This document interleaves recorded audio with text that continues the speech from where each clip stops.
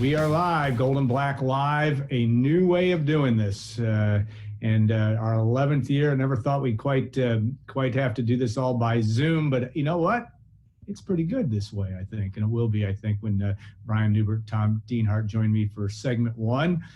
Want to thank our sponsors, and that's XXX, on the hill, but on the level of Purdue tradition since 1929.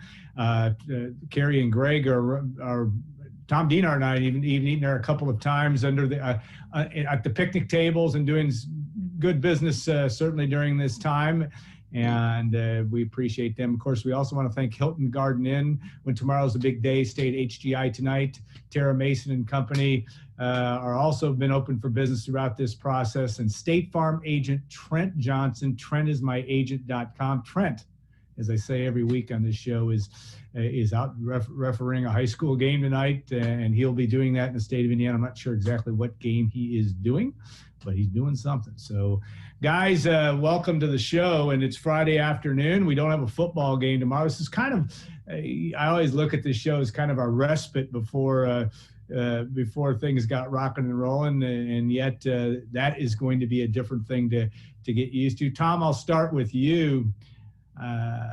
We know the Power Five started last night. The Big Ten and the Pac-12 won't be playing this weekend, but it's just a whole different feel everywhere. That's nothing new. But how are you looking at all this at this point?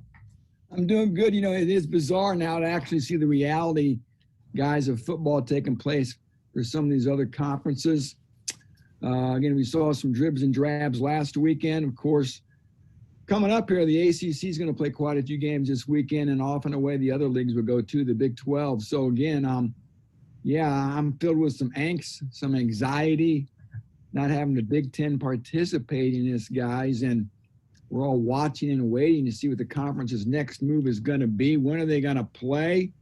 Again, we've all are well aware of some of the pratfalls and missteps that have taken place by the conference from a communication standpoint. But again, yeah, you know, guys, football Saturdays for me are special. I've got so many memories at Purdue and so many things I'm going to miss this fall by not being in games at Ross-Ade Stadium from a traditional standpoint.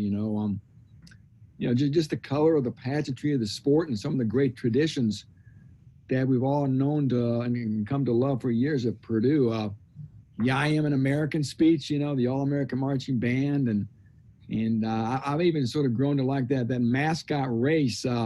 The icons of Rod Woodson and Bob. You're ahead of me on that one, my friend. So, I'm just hopeful and continuing to track this whole situation when the conference could actually kick off here. If maybe, who knows, this fall, guys, which looks like a long shot, or most likely early in 2021. Brian, I was going to say, I don't know that I was talking about, I've actually physically seen Tom. I don't know, you and I have been in the same space since this started. Is that correct? No, I know you. Do you really exist? Are you an avatar, Brian? I know. That's what I'm saying. And suspended animation. And I feel like I know the room you're in. It's beautifully done and decorated. So you're well lit and all that. So, but this really is taking some getting used to. And I get tired of the word new normal, but this is what it is. And we're all adjusting to it, but it's going to be different when you're going to be watching some other teams in the Power Five playing here in the next few weeks. Yeah, I mean, I've already missed an NCAA tournament, so I'm a little bit used to the abnormal normal that we're in now. So every day the last 6 months has been weird. So now it's just an extension of weird. I guess I wouldn't even think probably of this weekend being really or last weekend having been the first weekend Purdue had been playing, unless we were, obligated to talk about it every day, just because every day has damn near been the same here for the last 6 months. And I think we're all rooting for the day when, we wake up in the morning and there's actually something to do other than kind of sit here.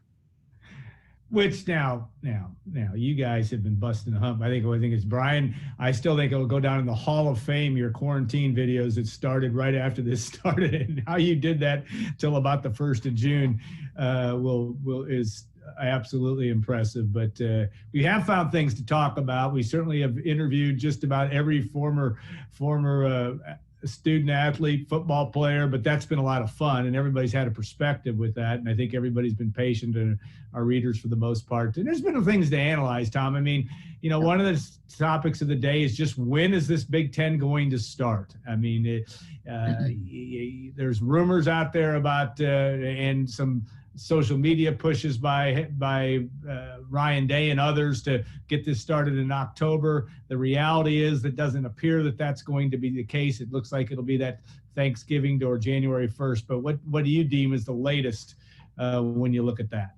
Yeah, again, it's been crazy tracking this story.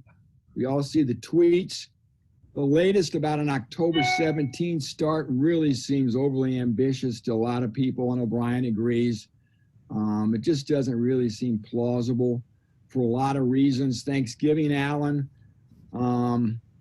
Yeah, I mean, that's further away. By then, you think you'd have the rapid testing fully in place to make playing football a more safe endeavor. But again, the big push to play in the fall is to get the Big Ten to be a part of the college football playoff. You got to start playing football, ideally in October.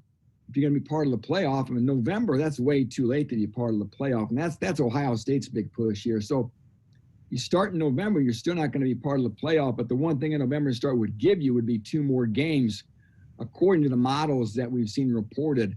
Again, a November start would include probably a 10-game season, while a January start would be an 8-game season. So 2 more games, guys. That means probably more money from the TV people, which is important and much needed. But September 16th, that's a date to watch. That's the day coming up here. That's the day when the Division I Council is going to vote on some recommendations on a proposal by the Football Oversight Committee for, again, a January season that's 8 games long, and that would also run over 13 weeks and have to end by April 17th. So again, that could be passed, and again, in my mind, a January start, 8 games, be done by early March would make the most sense. Brian, obviously a lot of this, and you've been you're a look at things with a critical eye, certainly, and there's a lot of posturing going on. But also a big part of this too is not only trying to get as many games in 2020, but a lot of this really is a look at 2021 and trying to preserve that. Is that a fair assessment at this point? Yeah, I think everybody wants this to be a one-year problem. I think that's probably the operative term in all of this. The big fly in the ointment for the spring season, which otherwise I think, has a lot of other questions to answer. But one of the big ones would be how would that affect your following season? If you play in January, that gives you a little bit more of a buffer between one season and the next. Either way, there are significant parts of this that are obviously less than ideal. You're going to have a lot of seniors, a lot of NFL guys who are going to have very difficult decisions to make. And that's where, the Ohio States of the world are coming from, because they stand to get decimated by all of this. And, but I think that, the push to play now, as, Ohio State obviously wants to do, is driven by a lot of things. Economics is one, opportunity in Ohio State's case is another, but the reality of it is the presidents are on record as saying they don't feel it's safe enough right now to play. And what is going to change in 30 days to get this season kicked off in October? By November, you might have this rapid response testing better. All of your college campuses, I shouldn't say all of them, most of them are going to vacate after Thanksgiving. Things would be a little bit more manageable then. November, again, is too late to get into the college football playoff. It's too late to have your guys compete for the Heisman. So what are we doing here if we're starting in November? You may as well just push it back to January at this point. It would be great to have college football on your campuses in the spring, but it would seem like the most reasonable scenario is to make sure you try to start playing in January, which would thus require you to, be playing in neutral sites and whatnot. But this is a bad situation, and there's no easy answer to this. There's no right way out of it. There's only, less than ideal answers here. And we'll just kind of have to wait and see which one they settle on. It's funny that we're in the situation that lose is the term of the day. You're trying to basically cut your losses and still have a season. It seems like eons ago when Rondale Moore opted out, but we've had other guys do that. that will open up a whole subject as well as what's the future of those kinds of issues. But Tom, yeah, you've talked to a lot of coaches around the Big Ten. They all, by definition, want to coach football, coach their teams, and coach in games. Some maybe more than others, just because of, you got to, I understand Penn State, Ohio State, Nebraska to some extent, but certainly the power, the quote unquote elite programs, the league, just have a lot on the line by not playing, and it's going to be an interesting thing to watch unfold. Yeah, that's in their DNA, obviously. They all want to play. The anxiety levels are rising, like I said, as games in other leagues are starting to kick off. And, Brian made a very good point a moment ago about the desire not to disrupt the fall of 2021. Right. It's so important. I'm always told that remains a normal 12-game season. So, again, a January start, you get the season done by early March, right? Maybe have a Rose Bowl, maybe have some other bowl games. But again, you got to get that winter season in the books, finished. So you have about a 6-month buffer, I think, until you have to really start cranking up for a fall season. So everybody that's in the Big Ten is mindful of that. And again, we'll see where we go. But again, we all know the finances of these conferences, and the Big Ten needs this money, and it'll be interesting to see what plan they hatch. And, Brian has written about it too, the merits of maybe being the only show in town, so to speak, along with the Pac-12 playing that winter football season. What a great way to market yourself, the only college football going on. And I'd have to think they'd have some pretty big ratings if they had some games spread out over the course of the week on Thursday night, Friday night. Again, it could be a situation where right now it doesn't look ideal, but you could find some benefits in it too. All right, Brian, I want to hit one other topic before we talk to, I want to also, obviously today's September 11th, as we all know, and the 19th anniversary of the terrorist attacks. But I wanted to get to one quick thing on basketball. September 16th is also an important day for that. And basketball scheduling, you've written extensively about how it looks good, and there are reasons behind why they can play college basketball this year. But tell us what to expect this week on the 16th, but also what we might see in terms of a schedule for Purdue and other teams in NCAA Division I college basketball. Yeah, one quick point to make before I get into that is that if college basketball is going to be played, the benchmarks for college football are probably going to have to be hit too, because people are going to ask the question, why is it okay to play basketball but not football yet? I think what some of the benchmarks for college football returning include obviously the availability of rapid response testing, obviously a detailed protocol for the cardiac issues that were at the heart, no pun intended, of the Big Ten president's apparent concern in terms of postponing the season, and so on and so forth. I know people will say, how come all that stuff wasn't in place already? Well, in terms of innovation, the rapid response testing has always been kind of a work in progress. It's very close to having it. In terms of the cardiac protocols, that's a relatively new concern, I think, as we continue to learn about this virus. So that stuff is also going to have to fall into place, I think, before basketball can be played. But on Wednesday, September 16th, the NCAA is going to come out. Dan Gavitt is going to announce their intended start date for the college basketball season, barring anything unforeseen. That will be November 25th. After that is formalized, the Big Ten and other conferences, and pretty much everybody, I guess, it'll be up to them to decide how many games they want to play between November 25th and whatever the end date of the season is determined to be. That will determine whether or not, let's say the Big Ten, for example, whether they play a few non-conference events, or they just play a 26-game full round robin Big Ten schedule as opposed to just 20 games. It is very much on the table, I think, for a limited non-conference season. That remains to be seen, but at the very least, there should be at least a 20-game Big Ten season, a Big Ten tournament of some kind, and then an NCAA tournament of some kind. That is pretty much damn near certainty. Yeah, that's one of the few certainties we have in this environment, and it will be welcome. And we do know that basketball with the NBA and even with the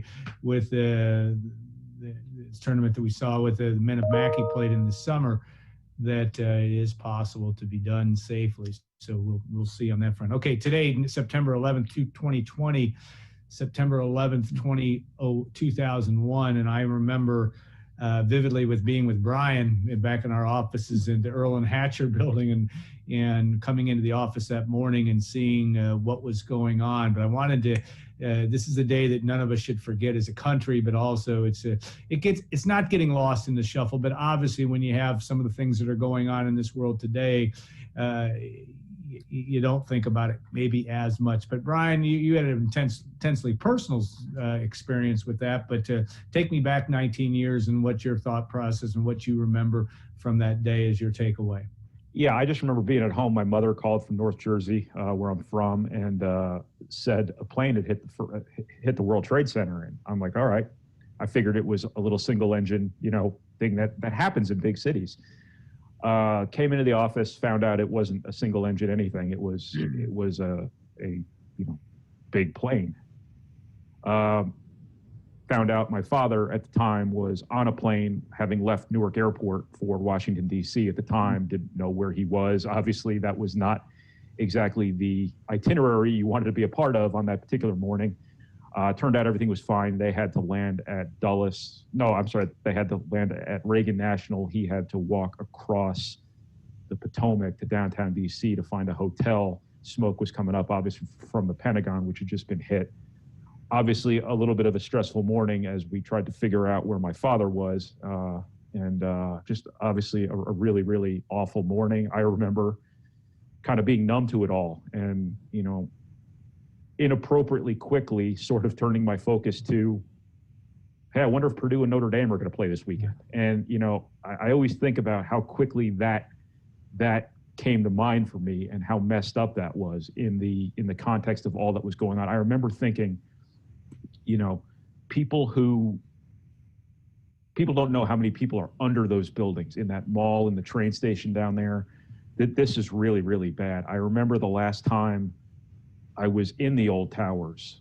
We got a little ticket stub to go up, and it said stud on it because it was short for student, because me and my friends got student admission. And I remember joking with the security person about how, oh, hey, stud, hey, funny, and then thinking, I wonder what happened to that guy. He would have been one of the first men out the door if he was working that day, because he was standing right by the door. But I just remember thinking just about the human toll and just how unbelievable that was, and just the blow against our strength as a country that event represented. And just, I guess, reflecting back on it, just how it sort of strengthened everyone's resolve and how it sort of, brought people together. I wish it had stayed that way, and we were still that unified, but that obviously wasn't to be. But just obviously a very, very, very, very memorable day. I've got a framed picture right here of the trade towers. I've got that little ticket stub back in a little memento drawer back here. And obviously something I think about every day at this time, don't ever want to forget. I hope nobody ever does forget it. It does kind of sneak up on you now, though. It does. All of a sudden you look up, it's September 9th, and you sort of forgot it was coming up. And, you don't ever want to stop thinking about what that day meant, and everybody who lost their lives, everybody who was affected, on and on. I know that was a long answer to a short question, but I have a lot of thoughts on the matter. Yeah, no doubt. And I do remember you vividly. I remember you and I being in the office, and Mary Owen, who was our chief financial officer, came in that morning. It was Tuesday. It was the day we did checks and signed checks. And she was still is a lovely woman. But I just remember that was a very, very, your experience was quite personal to me. Tom, where were you when that all went down? Yeah, we're friends of the Owens too. That's Mary Owens is a great lady. Oh, she sure is. I was covering college football for the Sporting News, and I was doing a story, if you can believe it, on Notre Dame. It was going to be a 2-week story. I went and saw them play at Nebraska the week before, and I was driving to South Bend. I was going to spend a few days up there. I was in the car when the news of the planes hit over the radio, and I was like Brian. I thought, well, maybe it was just a small, like a Piper Cub plane that hit the towers, but no, it turned out it wasn't. And I made my way all the way up to South Bend, and it was kind of surreal driving into town. I remember seeing a long line at gas stations too. Yeah. And what's going on? Why can people are lining up to get gas? And I remember being on campus. It must have been the next day, And I took part in they had like a campus-wide vigil where a lot of the students, and I remember walking with John Heisler, the SID, across campus for like I said, a vigil or memorial, just some type of an event to mark the tragedy that had taken place. And as Brian noted, of course, every game was canceled, and that Purdue game was pushed to the back of the schedule. But and I remember being on the phone with people back at the office, trying to plan how are we going to cover this momentous event. And boy, again, just one of those things you never thought you'd have to live through in life, and something I'll never forget. And like you were saying, Alan and Brian, to believe it's been 19 years. Just amazes me the passage of time and how quickly it does go. Yeah, I think that's an absolute truism. Brian, I do, and one real quickly, I do remember too, I think that Purdue had a press conference maybe a day or so later. They didn't cancel the Notre Dame game immediately. There was some discussion about playing, kind of similar to what JFK in 1963. Remember the NFL played that weekend at his funeral, but different situation. But that was a very just a surreal, and I agree with you, Brian. Your point was interesting. I had a couple of meetings that morning. I said, well, I'm going to my meetings, and then you stop and realize, wait, no, we're not going to meetings, and that was a true thing, guys. I appreciate your comments on this, and it's a very somber day, and for a number of reasons. But we'll look forward next week. We'll for you guys, we'll have you on, obviously, because you're the part of the show here, big part of the show, and we'll look forward to talking more. And also make sure you, for you viewers out there, our Sunday conversation also available on the site, Saturday simulcast, Tom Dienhart and I do, and also all the coverage that you're going to see on Gold and Black here over the next week or so. And we're all looking forward to things resuming to as much as normal. Guys, have a great rest of your Friday. Thanks for your time. I'm going to let you go, so to speak, and we'll go from there. Thanks again, guys. Take care. Thank All right, you. we're going to take a 2-minute break, Gordon, and we'll come back with Tim Newton. Will join us on Gold and Black Live.